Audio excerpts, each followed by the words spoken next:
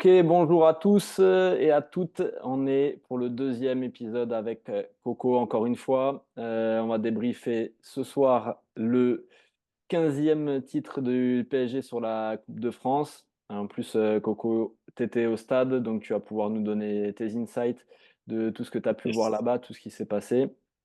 Yes. Merci à tous en tout cas pour les retours pour la première vidéo, le premier audio aussi. Juste ce que je voulais vous dire, je voulais le dire dès le début, allez liker, vous abonner, commenter un maximum, c'est hyper important pour nous, pour le référencement déjà des épisodes et pour la potentielle suite de ce projet.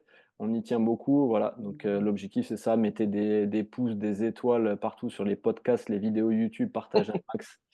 Faut envoyer, c'est comme ça que ça pourra continuer. Donc voilà, merci beaucoup. On va parler direct du cœur du poulet du PSG contre Lyon sur cette finale de Coupe de France. On va commencer tout de suite par un gros problème qui s'est passé et qui est passé partout, que vous avez pu voir. C'est les problèmes qu'il y a eu en avant-match. Déjà, Coco, toi, comment ça s'est passé? Tu étais là-bas, qu'est-ce que tu as pu voir ou ressentir? Ouais.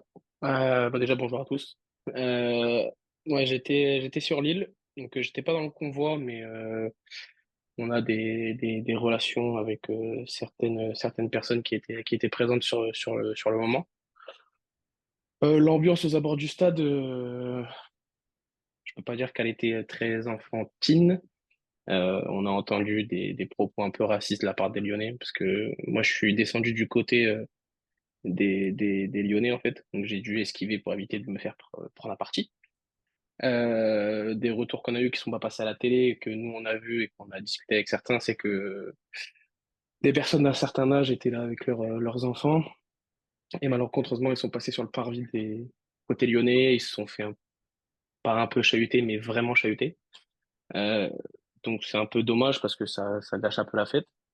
Mais pour revenir sur ce qui s'est passé au péage, je pense que vous l'avez tous un peu vu. Euh, donc de tout ce qui se dit sur les réseaux, dans les médias, je vais vous donner la vraie raison. C'est bien les Lyonnais qui sont venus prendre à partie les Parisiens. Euh, et comment ils se sont retrouvés là? Une très grosse erreur des forces de l'ordre qui ont fait passer 18 cars parisiens au milieu des cars lyonnais. Sauf qu'arrivé à un péage, bien sûr, le convoi s'arrête et les Lyonnais ont décidé de prendre à partie les bus parisiens. Et malheureusement pour eux, ça s'est retourné contre eux. Et moi qui suis passé sur le péage un peu plus tard, pas le lendemain, effectivement, il y a eu pas mal de dégâts sur l'ensemble du péage. Mais les Lyonnais ont encore une fois fait preuve de maladresse et malheureusement de racisme, encore une fois. Et eux qui créaient au scandale à Marseille se retrouvent maintenant dans le rôle du bourreau. Ouais, malheureusement, comme tu as dit, ça gâche un peu la fête. Ouais. On va pas non plus en rajouter sur la partie Gambardella avec Non, les joueurs de Marseille qui se sont fait aussi chahuter par les supporters lyonnais et les Parisiens pour le coup, hein. ouais, et l'organisation de tout ça par la Ligue et les forces de l'ordre. Ça laisse sans voix et ça donne pas beaucoup d'espoir pour les JO qui vont arriver. Donc, Non. faudra faire très attention à vous, en tout cas, si vous vous rendez sur des événements, parce que ça risque d'être le bazar cet été en France. Mais de toute façon, on sait très bien l'incapacité des forces de l'ordre à gérer des déplacements sportifs. Toi comme moi, John, on a fait pas mal de déplacements, que ce soit en France ou en Europe. Et on voit la façon dont c'est géré et je pense qu'il y a une grosse remise en question aussi à faire là-dessus. Il y a une grosse remise en question aussi par rapport aux violences qu'il peut y avoir entre supporters. Mais, euh, mais voilà, on sait que les rivalités sont là depuis des années, que c'est de plus en plus violent, mais on va faire avec, malheureusement. Entre les violences entre les supporters et les violences des forces de l'ordre envers les supporters aussi, qu'on peut subir de temps en temps, il y a beaucoup de travail, comme tu as dit, en France et en Europe. Oui, Donc, on va pas s'étaler sur le sujet aujourd'hui, non, mais il y aura beaucoup de choses à dire et il y aurait beaucoup de choses à dire. Oui. Hem, on va revenir sur le match.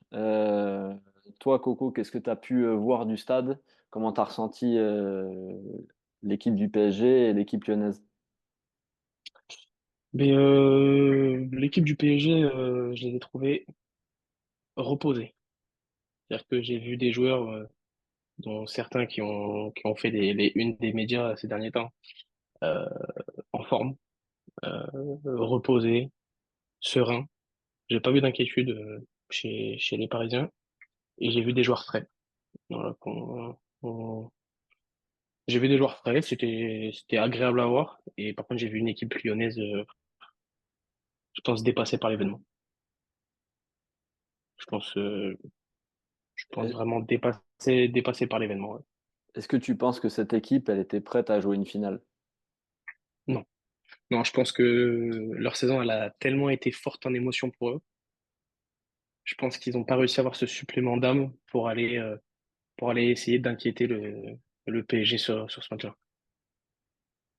Ils ont eu un il y a un début de match qui est très, très compliqué où ils sont battus, dans tous les domaines Ouais. et moi, ce que je vois sur ce match ou en tout cas sur la première mi-temps, c'est qu'il y a clairement pas photo. Tu as une équipe lyonnaise qui est dans l'incapacité de faire un pressing correct sur des joueurs de cette qualité technique et à la fois qui est dans l'incapacité aussi de tenir le ballon. Ouais. Et du coup, quand on sait comment nous, notre équipe, elle fonctionne, c'est-à-dire que tu peux la mettre en difficulté si tu l'agresses sur le porteur très très haut. Mais quand tu as le pressing lyonnais qui est pas du tout efficace, que tu as une partie des joueurs qui sont pas du tout bons dans le pressing ou qui sont pas concentrés sur le pressing, ça, et en plus, quand ils ont récupéré les ballons, ils n'ont pas pu en faire quelque chose. Ben, c'était du tout cuit pour Paris. Et tu me dis si je me trompe, mais si t'as pas un grand péri malgré les deux bourdes qu'il fait en première mi-temps, tu peux sortir avec un 4-5-0 bien bien net sur la première. Un score beaucoup plus lourd, ouais, parce que bah, t'as une équipe lyonnaise qui, je, je pense pas que ce soit de leur faute principalement, mais t'as une équipe lyonnaise qui en fait subit, elle subit le jeu, elle subit l'agressivité, elle subit les duels, elle subit tout.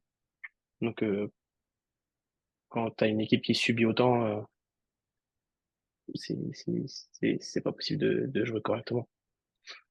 Ouais, voilà, c'est heureusement que Perry nous sort une belle première mi-temps, et une belle deuxième aussi d'ailleurs.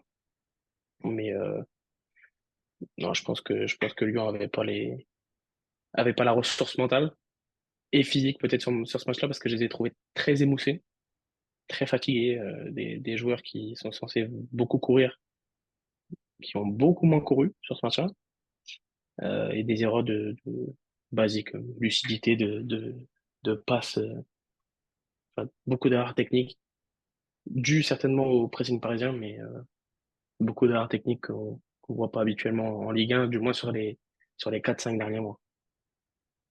Est-ce que tu penses pas que aussi Sage avec les deux volets qu'il a pris en championnat, il s'est dit qu'il allait tenter autre chose, mais est-ce que cette autre chose c'était pas aussi une mauvaise idée? Parce que quand tu vois le résultat, il n'y a pas photo sur les trois matchs que tu joues contre Lyon cette année. Ils prennent 10 buts et ils n'ont jamais mis en difficulté le PSG. Bah, après le premier match de l'année, quand on leur met 4-1 là-bas, euh, bon, ils sont dans le dur, donc on va dire le résultat est plutôt très logique. Sur le match au Parc des Princes, bah, quand tu prends 3 buts en un quart d'heure, ton match est plié. Mais par rapport à ce qu'il a proposé au Parc des Princes, j'ai trouvé une équipe beaucoup plus différente. C'est-à-dire que là, il arrive en finale et en fait, son seul but, c'est être bloc bas et d'attendre. En fait, je pense qu'il a beaucoup regardé la double confrontation contre Dortmund en demi-finale, où Dortmund en fait fait bloc bas et attend. Mais je pense que c'est pas du tout leur jeu. Et je pense que le fait de les avoir fait jouer comme ça leur a pas rendu service, je pense. Ah ouais, je pense qu'il a tenté complètement autre chose, mais est-ce qu'il s'est pas trompé dans les joueurs qu'il a alignés par rapport à la tactique qu'il attendait. Parce que quand tu pars avec des joueurs qui sont pas des harceleurs comme Cherki ou autres, est-ce que tu n'aurais pas dû mettre des joueurs plus défensifs, un peu plus combatifs? Parce qu'on ne peut pas dire non plus qu'au milieu de terrain, Matic, ça soit quelqu'un qui va faire 20 bornes. Cacré, est-ce qu'il a le physique pour aller harceler tout seul trois milieux de terrain parisiens? Et tu as deux gars qui font pas un travail défensif exceptionnel non plus. Donc, est-ce que c'est pas une équipe plutôt qui est dans le profil du PSG, qui aimerait porter la balle, mais contre Paris, c'est pas, tu sais que tu vas pas l'avoir ce ballon. Bah, là, de toute façon, je pense il y a certains joueurs qui ont été titulaires qui n'auraient pas dû l'être, je pense, dans cette équipe lyonnaise, en tout cas. En fait, je pense déjà à Corentin Tolisso qui fait un match très, très, très, très, très compliqué. Bien loin d'un niveau qu'on a pu connaître il y a quelques années. Euh, et je pense que tu avais d'autres qualités sur le banc pour mettre en difficulté pour mettre en difficulté le Paris Saint-Germain. Mais je pense qu'il a opté pour un peu plus peut-être de qualité technique euh, pour les derniers ballons, c'est-à-dire la passe. Je pense que Cherki en fait était là pour ça. Était là en situation de récupération de mettre la passe à Alexandre Lacazette ou quelque chose comme ça. Et malheureusement ça n'a pas marché parce que on avait un Fabien Ruiz des grands soirs. Même si je suis pas le plus grand partisan de ce joueur. Tu le sais bien, je suis pas vraiment partisan de ce joueur. Mais il faut admettre que sur cette finale, c'est certainement l'homme du match sur cette finale. Et on a retrouvé un Warren Zaïre beaucoup plus incisif et reposé, encore une fois. Ah, c'est Donc vrai quand tu as que ces trois, quand tu as ces joueurs-là à ce niveau-là, je pense que c'est compliqué d'aller chercher quoi que ce soit. ouais, c'est sûr. Ouais, c'est clair que Fabien Ruiz, on est d'accord, on n'est pas les plus grands fans. Non. Mais sur la première mi-temps, il est quand même, mais comme le reste de l'équipe, mais lui, il est quand même super, super en vue et il fait une très belle finale. Est-ce que ce sera assez pour l'année prochaine? On verra, on en parlera peut-être un peu après. Mais comme tu as dit, des joueurs un peu plus reposés. Encore un Vitinha au-dessus du lot, hein, même si ses collègues à côté ils sont bons. Mais tu as quand même une grosse équipe. Si on parle un peu plus du PSG, euh, on s'arrête un peu sur Lyon. Quand tu regardes la feuille de stats à la fin, c'est assez rare pour Paris cette année, mais tu n'as pas concédé autant d'occasions que ça. Donc au final, est-ce que l'effet Enrique il commence à arriver ou c'est la faiblesse des Lyonnais qui nous permet de sortir une feuille aussi convaincante? Ah, là, pour le coup, moi, enfin, vu du stade, t'avais un Lyon qui paraissait vraiment inoffensif. Je sais pas comment ça paraissait à la télé, mais vu du stade, c'était vraiment un Lyon inoffensif euh, où, euh, où t'es pas en difficulté. Bon, tu te fais quelques frayeurs sur la fin du match, mais où Hakimi fait un sauvetage défensif vital, je pense, à ce moment-là. Parce que s'il recolle à 2-2, on connaît le Lyon de ces derniers mois et leur capacité à marquer dans les derniers instants, mais là, sur la feuille de match, en fait, ça retranscrit vraiment ce qu'on a vu sur le terrain. C'est une ultra domination et, euh, et je pense que la patte Enrique, on la voit déjà depuis un moment et sur cette finale, ça lui donne raison parce que les joueurs qu'il a fait reposer étaient les joueurs qui ont été en vue encore dimanche, enfin samedi soir. Ouais, c'est vrai que c'est rare. D'habitude, on est un peu plus en difficulté, on a des trous d'air, etc. Autant là, il y a eu 10-15 minutes lyonnaises qui ont été assez fortes, mais Ouais. ils n'ont pas su enfoncer le clou et Paris, au final, a remis le pied sur le ballon et a complètement éteint la fin de match qui avait quasiment plus aucun sens. À la fin, ça joue à la baballe et Lyon n'a pas su reprendre le dessus. Et pour une fois, on a une feuille de stats qui est où t'as pas, tu concèdes pas 10 tirs cadrés, etc. Mais Non. Il y a quelque chose qui revient encore une fois et qui commence à être compliqué cette année pour le PSG depuis quelques saisons. C'est Mm. que tu prends encore un but sur coup de pied arrêté. Et au final, les deux tirs cadrés que tu prends, ben, c'est deux coups de tronche sur coup de pied arrêté où tu n'as personne qui saute, tout le monde qui regarde le ballon, le gardien y compris. Et tu es en difficulté alors que le match, tu le domines complètement à cet instant-là, quoi. Là, c'est ça le problème d'avoir des joueurs de petit gabarit. Parce que là, si on prend le 11 titulaire du Paris Saint-Germain, il y en a très peu qui dépassent le 1,85 m. Tu dois avoir Fabien Ruiz qui est au-dessus, mais qui n'est pas un grand joueur de tête. Marquinhos, qui n'est pas très très grand, mais qui a un timing, on va dire, plus qu'intéressant. Et derrière, ben, c'est compliqué. Quand à Lyon, tu as Kaeta Sarr qui reste quand même un beau bébé, et bien sûr le buteur Jack O'Brien, ou, qui a marqué quand même 5 buts cette saison par la défense centrale, je trouve ça pas trop mal quand même. Surtout Et vu t'as comment il était Matic, décrié. ouais voilà, et je pense que c'est un axe qu'il faut améliorer parce que bah tu marques très peu sur coup de pied arrêté, déjà. T'as des grosses difficultés à défendre. T'as un gardien, pourtant tu sais que j'aime beaucoup ce gardien, mais Donnarumma n'est pas le plus serein sur ses sorties aériennes. Et pour un gardien de presque 2 mètres, c'est pas normal. Il devrait être beaucoup plus présent, beaucoup plus rassurant sur cet aspect-là. Malheureusement, je pense que c'est un axe à travailler comme son jeu au pied, mais on va dire que je lui pardonne pour ses nombreuses parades qui nous donne encore.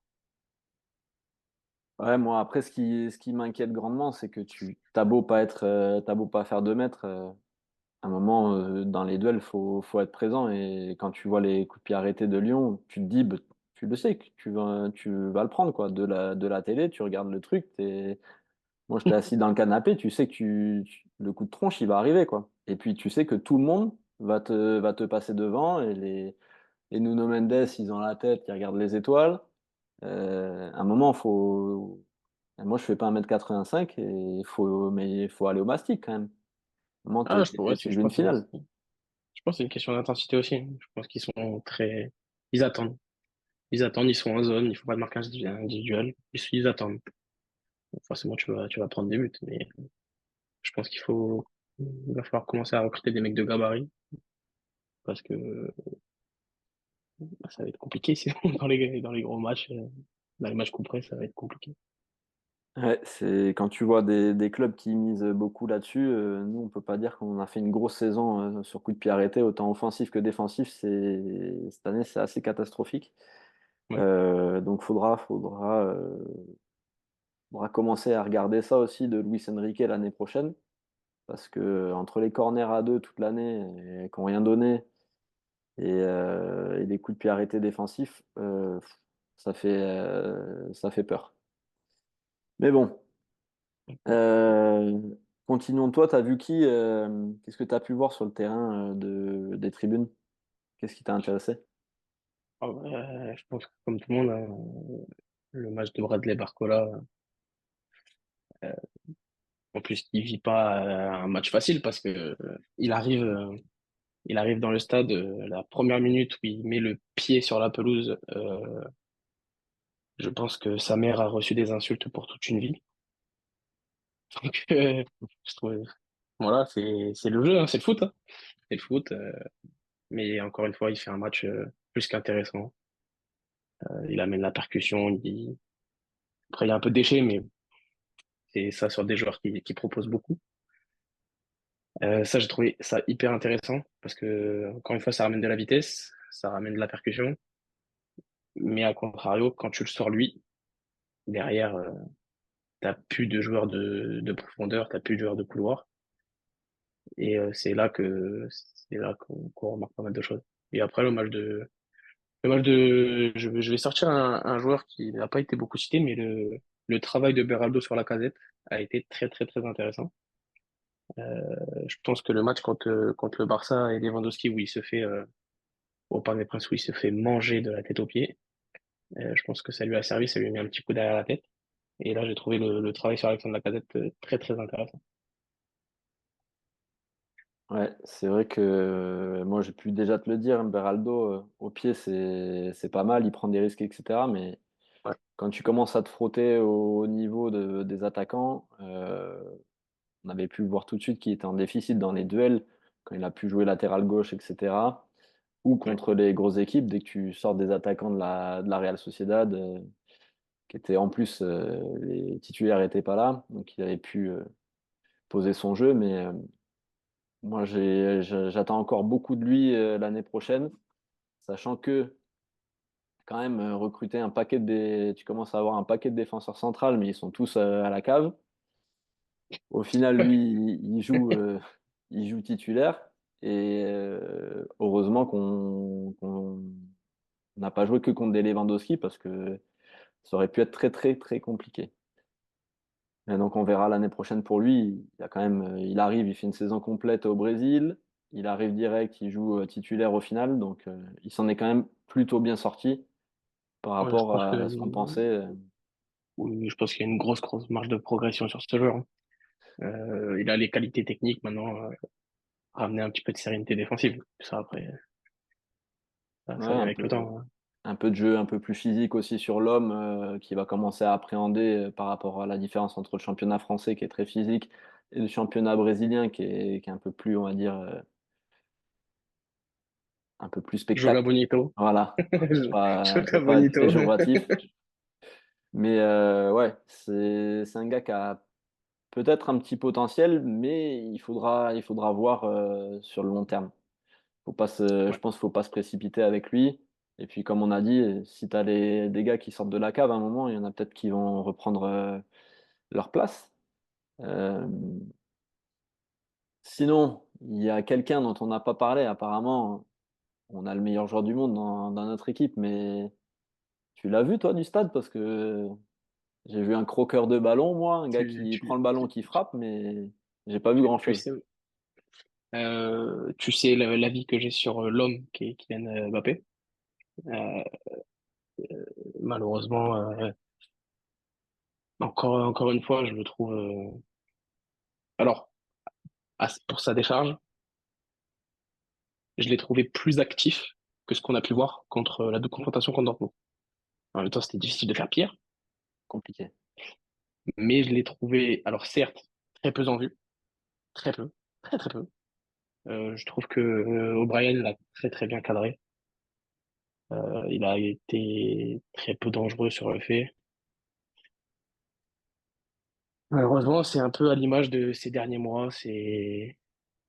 Il propose pas grand-chose dans le jeu et c'est bien dommage parce que je pense qu'il a beaucoup plus à apporter.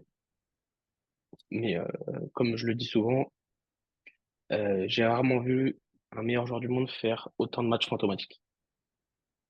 Ce qui est complètement contradictoire parce qu'il sort une feuille de stats cette année qui est quand même monstrueuse, mais dans le jeu, il est invisible. Tu as vraiment un Exactement. gars qui était là pour mettre des pions, comparé aux autres années où il apportait un peu plus, où il jouait un peu plus sur sa vitesse. Cette année, je ne sais pas si je l'ai vu faire la différence plus de 5 6 fois sur un duel en vitesse. Est-ce qu'il a utilisé ses qualités? Est-ce qu'il se prend pour un joueur qu'il n'est pas? Avec ses décrochages, avec ses je prends le ballon et je te la mets au deuxième poteau. Enfin là, moi, je peux pas dire que c'est un très très bon joueur, mais un meilleur joueur du monde, il doit apporter quelque chose dans le jeu à ton équipe. Là, il est Ah oui. fantomatique. Au final, il attire tous les ballons parce que c'est Kylian Mbappé, parce que c'est le meilleur joueur du monde.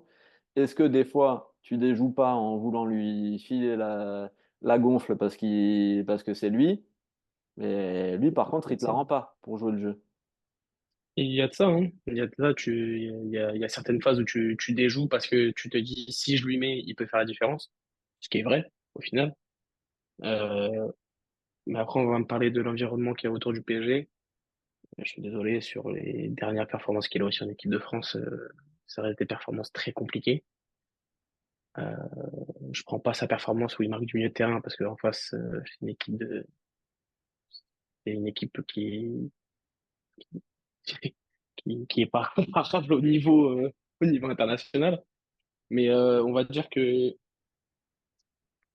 je vais pas dire que j'en attends beaucoup de lui à l'euro, mais un peu quand même, qui, qui me, qui me prouve que, enfin, qui me prouve à moi, il en a rien à faire de moi, et qui prouve aux gens qui regardent le foot que, effectivement, c'est le meilleur joueur du monde, apparemment. Mais la feuille de stats est phénoménale. Ça, on peut pas lui retirer. Ça reste ça reste quelqu'un de très intéressant dans en termes statistiques, pardon. Mais on en attend plus de lui. Clairement, et Dû aux puis décla- Dû aux déclarations, tu dois faire plus que ça. clairement, mais des fois je me demande si, tu vois, il fait 6 derniers mois, je sais pas si tu peux me contredire, si tu penses pas, si t'es pas d'accord, mais je pense que il fait 6 derniers mois, mais t'as 60-70% des matchs, il est déjà, il y en a beaucoup où il joue pas, où il joue peu, et le reste, il est invisible. Et on dirait que depuis qu'il a fait sa déclat là en équipe de France, est-ce que tu vois un joueur perturbé? Bah ouais, ouais, ouais, finalement oui. Parce que tu claques un triplé avant, donc t'as gonflé le melon, mais Ça. derrière, il n'y a eu plus rien, hein. C'était une catastrophe. Après, je pense au-delà de 6 mois, euh, pour le coup, pour avoir fait pas mal de déplacements en Ligue des Champions, je me suis déplacé à Newcastle, là où on déjoue complètement. Et en fait, je me rends compte que sur tous les matchs un peu importants cette année du Paris Saint-Germain, il est absent. C'est-à-dire Fantôme. que match aller contre Dortmund, contre Newcastle, invisible. Euh, le match aller contre Milan à domicile au Parc, il est bon. Match retour, mauvais. Sur la double confrontation contre Dortmund, il est mauvais. Le match aller contre la Real Sociedad, il est mauvais. Match retour, il a décidé de jouer, il est bon. Mais après, derrière, en fait, c'est comme ça, c'est un dent de scie. Mais La double c'est confrontation contre le Barça, en fait, j'ai jamais vu un soi-disant meilleur joueur du monde faire autant de performances moyennes. et c'est surtout qu'on on t'a vendu le steak un peu contre le Barça, où au retour, tout le monde l'a encensé, il a pris des 8 sur 10 sur certains médias. Mhm. Franchement, pour être dans le stade ce jour-là, il met un péno, et le deuxième but, il rate un face-à-face qu'il n'aurait pas raté il y a un an. Et Ouais, derrière, elle lui revient dans les pieds, il la pousse au fond. Mais il va faire des photos devant les supporters, donc il est sur la couverture. Mais à un moment, c'est devenu plus un personnage médiatique qu'un joueur de foot. Enfin, c'est la com, on dirait qu'il sait tout ce qui va, tout est prémédité, tout est écrit en fait. Donc il y a plus rien quoi, tu vois. Il y a plus de place au foot avec lui en fait. de toute façon, il y a que les personnes qui connaissent pas le football, qui pensent que c'est pas calculé. Tout ce qu'il fait est calculé au millimètre. Il le sait très bien, on le sait tous. Il a perdu du naturel, de la spontanéité. Et en fait, il a perdu tout ça, que ce soit en dehors du terrain et sur le terrain.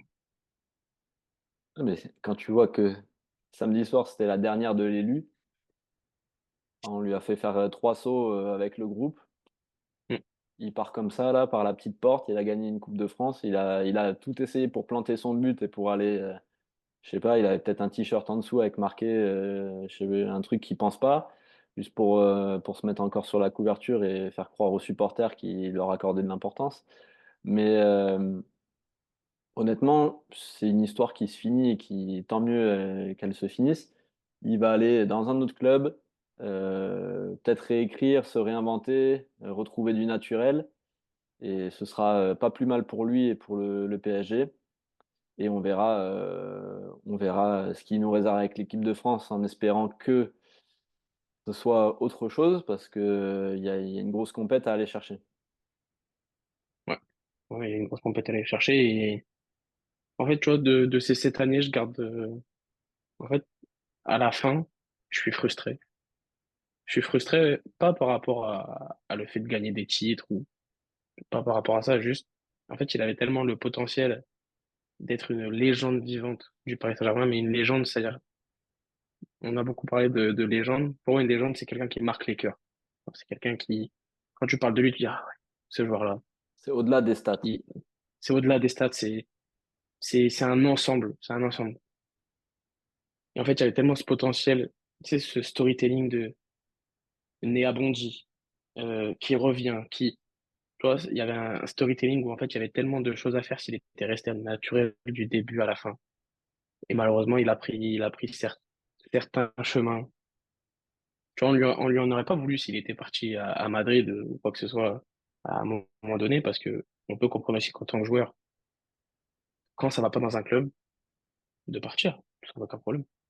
Il y a personne qui lui aurait craché dessus, ni rien. Mais là, malheureusement, il part avec une partie des supporters ados, enfin ados.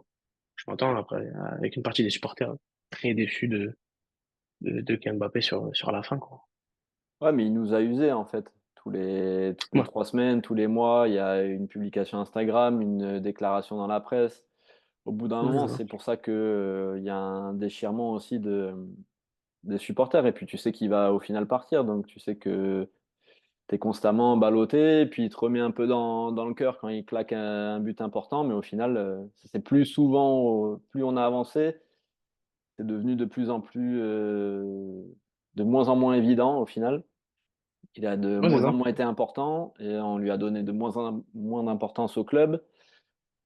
Donc au final, je pense que tout le monde est soulagé, lui, le club et une partie des supporters. Ouais, ça restera une légende statistique. Il sera pendant longtemps dans les papiers. Je pense que ça va être dur de le Exactement. détrôner. Mais au niveau du cœur des supporters, je pense que tu as, quand même un paquet de joueurs qui arrivent avant lui. Pour ceux qui suivent le PSG depuis quelques années, Ouais, ouais, bien sûr.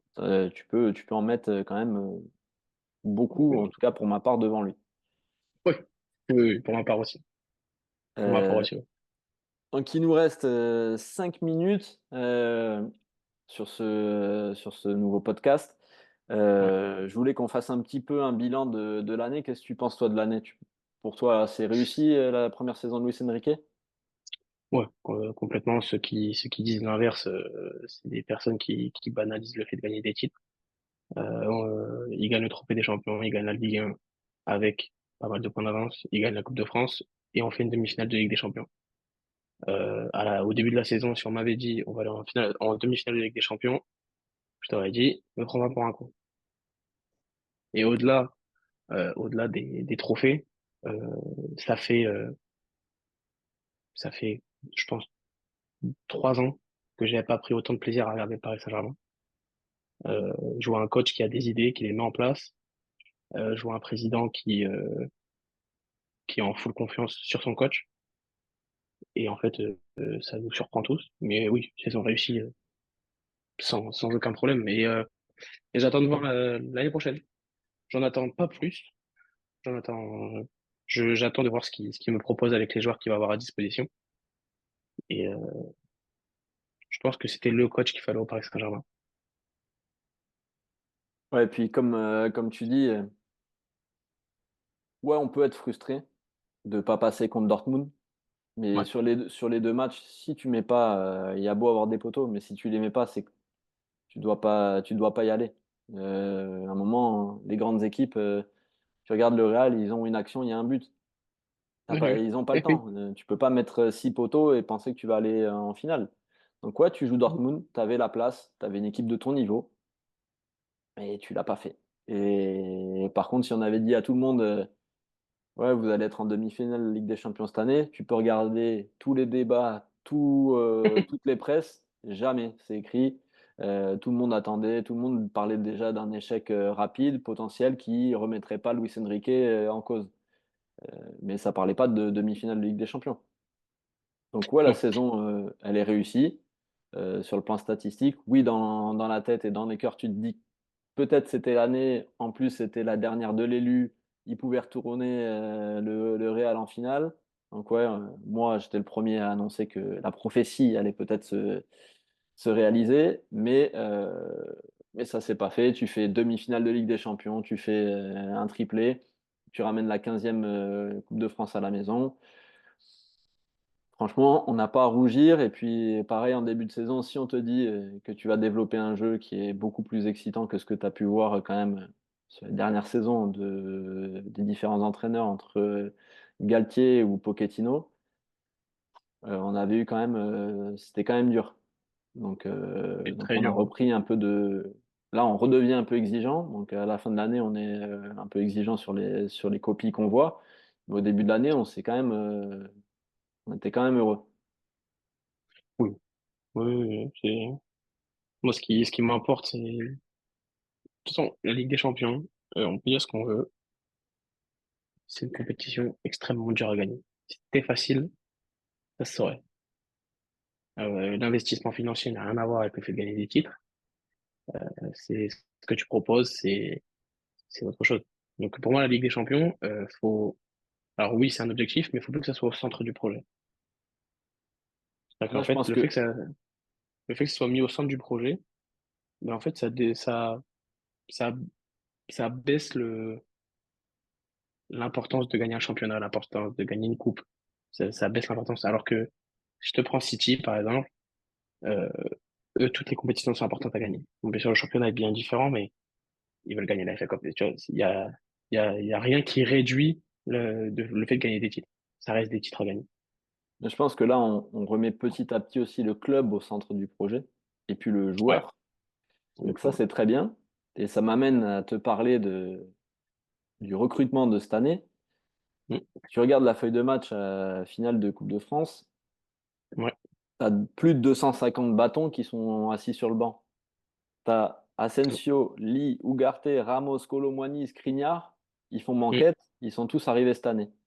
T'as les 250 patates, je suis gentil, c'est parce que Asensio et Skriniar, ils sont gratuits, hein. Mais Mm. bon, euh, oui, tu t'es rééquilibré. Est-ce que tu as fait les bons choix? Qu'est-ce que tu vas faire de ton mercato? Il y a beaucoup de questions.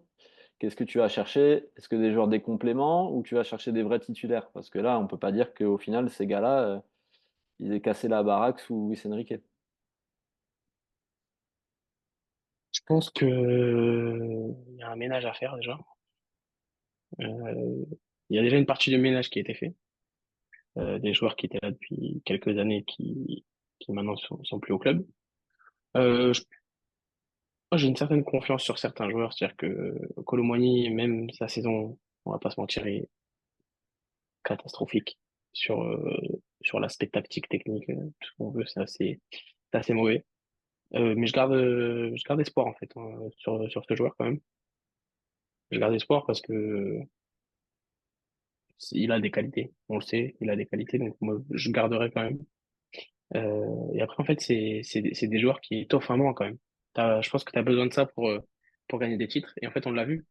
Le fait d'avoir un peu étoffé le banc, ça t'a, ça t'a permis de faire tourner pas mal et d'impliquer tout le monde. Ouais. C'est ça le plus important. Et après, je pense qu'il y a des vrais titulaires à aller chercher, des vrais titulaires à aller chercher.